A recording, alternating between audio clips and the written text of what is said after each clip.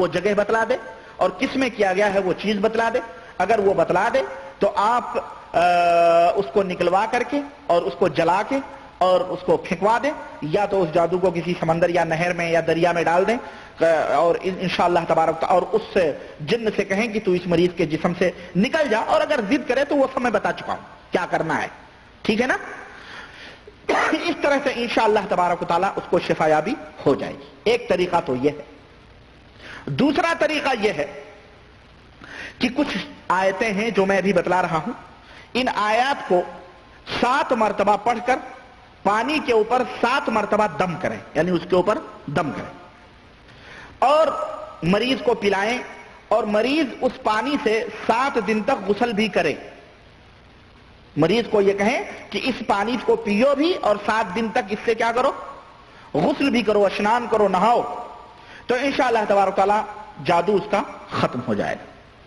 اب وہ آیتیں کیا ہیں؟ وہ آیتیں ایک تو یہ ہے کہ قال موسیٰ ما جئتم به السحر ان اللہ سیبطلہ ان اللہ لا یصلح عمل المفسدین. سورہ یونس آیت نمبر 81 اور 82. سورہ یونس آیت نمبر 81 اور 82. اور دوسری سورہ ہے سورہ اعراف، اس سورہ کی آیت نمبر 117 سے لے کر کے 122 تک. ہاں، ان آیتوں کو آپ قرآن شریف میں دیکھ کر کے ڈھونڈ کر کے اس کو آپ لکھ لیں اور اس کو جو ہے اس پانی کے اوپر 7 مرتبہ دم کریں اور اس کو پلائیں اور 7 دن تک اس کو غسل کرنے کے لیے کریں. تو انشاءاللہ تبارک تعالیٰ اس کا جادو ختم ہو جائے گا، اور وہ مریض اگرچہ ان رکاوٹوں میں، ان بندشوں میں، نامردی یا اس طرح کا ہے، تو انشاءاللہ تبارک تعالیٰ وہ ختم ہو جائے گا. تیسرا طریقہ، تیسرا علاج یہ ہے کہ بیری کے ہرے پتے 7 عدد کے لیں.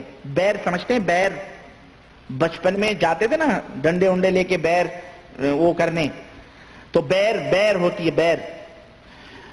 بیر کے 7 پتے آپ لیں ہرے، ان کو پتھر کی سل اور بٹے کے ساتھ پیس لیں اور پھر کسی پانی کے برتن میں اس کو ڈال دیں اور اس برتن کو اپنے منہ کے قریب کر کے، ہاں، اس برتن کو جس میں پانی اور پتے ملے ہوئے ہیں اس کو الٹتے پلٹتے رہیں، اس بیر کے اس کو الٹتے پلٹتے رہیں پانی کو، اور اس کے اوپر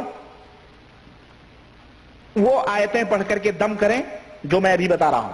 نمبر 1 آیت الکرسی 7 مرتبہ پڑھیں، اور قل اعوذ برب الفلق اور قل اعوذ برب الناس 7 مرتبہ پڑھیں اور اس کے اوپر دم کریں اور اس پانی کو الٹتے پلٹتے رہیں. سمجھ میں آئی بات؟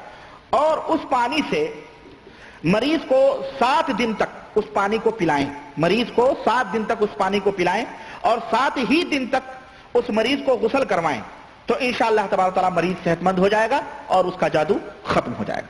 پر ایک شرط ہے، وہ شرط یہ ہے کہ وہ پانی آگ وغیرہ کے اوپر گرم نہ کریں. اگر ٹھنڈا پانی ہے اور مریض کو بیماری کا ڈر ہے یا ٹھنڈی کا زمانہ ہے تو اس کو دھوپ وغیرہ میں رکھ کر کے دھوپ میں رکھ دو، گرم ہو جائے، لیکن آگ کے اوپر اس پانی کو گرم نہ کریں. اور یہ بات خیال رہے کہ غسل کا پانی کسی ناپاک جگہ کے اوپر نہ گرنے پائے.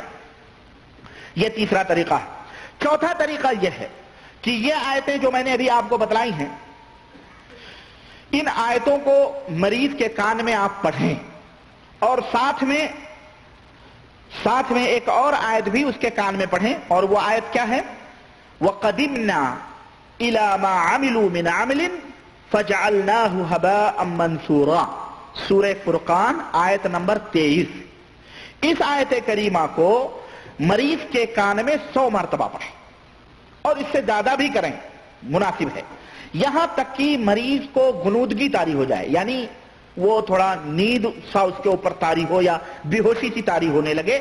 اور یہ کام جو ہے، یہ عمل چند دن تک جاری رکھیں جب تک کہ مریض شفایاب اور اپنی نارمل حالت پہ نہ ہو جائے، شفایاب نہ ہو جائے. تو انشاءاللہ تعالیٰ کچھ دن کے بعد اس کا جادو ختم ہو جائے گا. یہ کون سا طریقہ رہا؟ چوتھا طریقہ ہے. ایسے قسم کے جادو کے ختم کرنے کا 5واں طریقہ میں آپ کو بتاؤں، وہ یہ ہے کہ ایک برتن میں پانی لیں اور اس پانی کے اوپر قل اعوذ برب الفلق اور قل اعوذ برب الناس پڑھ کر دم کریں اور اس کے ساتھ یہ دعائیں بھی پڑھیں جو میں بتا رہا ہوں. نمبر 1 اللہم رب الناس اذهب الباس واشفی انت الشافی لا شفاء الا شفاؤک شفاء لا یغادر سقما. نمبر 2 بسم اللہ ارقیک واللہ یشفیک من کل داء یؤذیک ومن کل نفس او عین حاسد اللہ یشفیک. نمبر 3 اعوذ بکلمات اللہ التامات من شر ما خلق. نمبر 4 بسم اللہ الذی لا یضر مع اسمہ شیء فی الارض ولا فی السماء وهو السمیع العلیم.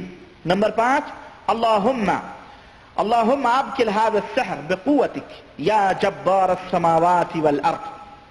یہ دعائیں اور قل اعوذ برب الفلق قل اعوذ برب الناس 7 مرتبہ پانی کے اوپر پڑھ کر کے دم کریں اور مریض کو پلائیں اور اسی سے غسل بھی کروائیں. مسلسل 3 دن تک یہ عمل جاری رکھیں. انشاءاللہ تبارک تعالیٰ اس کا جادو ختم ہو جائے گا، نامردی ختم ہو جائے گی. اور مریض جو ہے، ایک بات یہ خیال رہے کہ مریض کو کسی ناپاک یعنی مریض کے غسل کا پانی کسی ناپاک جگہ کے اوپر نہ گرنے پائے. چھٹا طریقہ اس جادو کے یہ مختلف طریقے میں آپ کو بتلا رہا ہوں. اگر ایک نہ کامیاب ہو تو دوسرا نہیں تو تیسرا نہیں چوتھا، تاکہ آپ ذہن میں رکھیں اس کو. اور اس ایسی بیماریوں میں بہت سارے لوگ بیچارے مبتلا ہوتے ہیں، پر بیچارے مسکین شرم اور حیا کی وجہ سے نہیں بتلا پاتے ہیں. بہت سارے لوگ ہوتے ہیں پر حیا اور شرم کی وجہ سے بیچارے نہیں بتلا پاتے ہیں. تو اس لیے کھول کے بتا رہا ہوں تاکہ خود بھی کر سکو یا کسی سے کہو یہ کرو، سمجھ رہے ہیں. ورنہ جا کے کسی ڈھونگ دھتورے کے بعد پھنسو گے تو سعودیہ سے جو کما کے جا رہے ہو پوری خالی کرواؤ گے. وہ سمجھے گا اگر سعودیہ کا مرغا ہے تو پھر تو اچھا کھانا پکائے گا وہ. چھٹا طریقہ یہ ہے کہ مریض کے کان میں آپ کچھ آیتیں پڑھیں. اور وہ آیتیں کیا ہیں؟ نمبر 1 سورہ فاتحہ کو 70 مرتبہ سے زیادہ 70 مرتبہ سے زیادہ سورہ فاتحہ کو پڑھیں اس کے کان میں. نمبر 2 آیت الکرسی کو 70 مرتبہ اور اس سے زیادہ پڑھیں.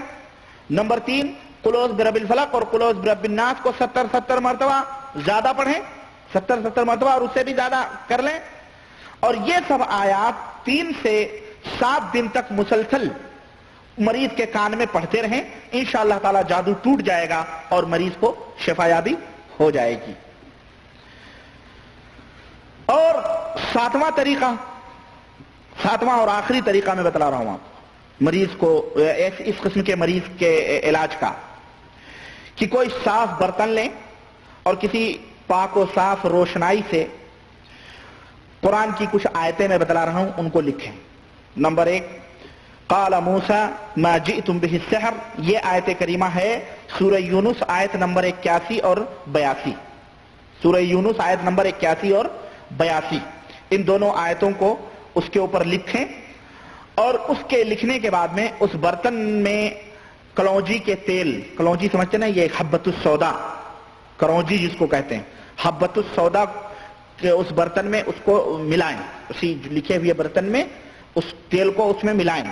پھر مریض کو کہیں کہ اس تیل کو 3 دن تک وہ پیتا رہے، 3 دن تک تھوڑا تھوڑا پیتا رہے اور پیشانی پر اور سینے پر اس کی مالش کرتا رہے.